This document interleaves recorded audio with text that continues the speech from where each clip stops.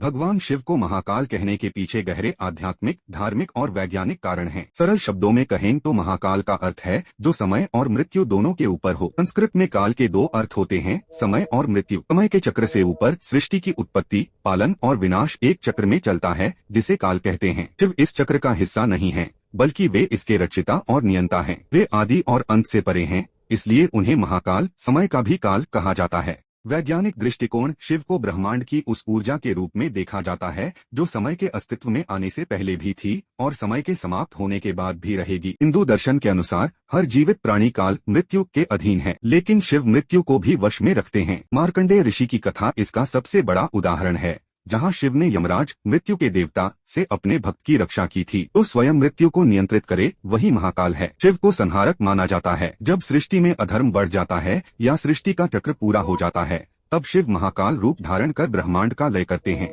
यह विनाश बुरा नहीं है, बल्कि नए सृजन के लिए पुरानी चीजों का अंत है। उज्जैन की कथा। धार्मिक मान्यताओं के अनुसार उज्जैन, अवंतिका में दूषण नामक राक्षस का अत्याचार बढ़ गया था। वह वेद पाठी ब्राह्मणों को सताता था। तब शिव ने धरती फाड़कर महाकाल के रूप में दर्शन दिए और उस राक्षस का वध किया। भक्तों की प्रार्थना पर वे वहीं लिंग रूप में विराजमान हो गए, जिसे आज हम महाकालेश्वर ज्योतिर्लिंग के नाम से जानते हैं। महाकाल का अर्थ शून्य या अनंत भी है। ध्यान की गहरी अवस्था में जब व्यक्ति समय और स्थान का बोध खो देता है तो वह शिव के इसी महाकाल रूप का अनुभव करता है। निष्कर्ष के रूप में एक प्रसिद्ध पंक्ति, काल भी उसका क्या बिगाड़े जो भक्त हो महाकाल का। इसका अर्थ है कि जो व्यक्ति महाकाल की शरण में है वह जीवन और मृत्यु के भय से मुक्त हो जाता है, क्योंकि उसने स्वयं को उस शक्ति को सौंप दिया है जो समय से भी बड़ी है।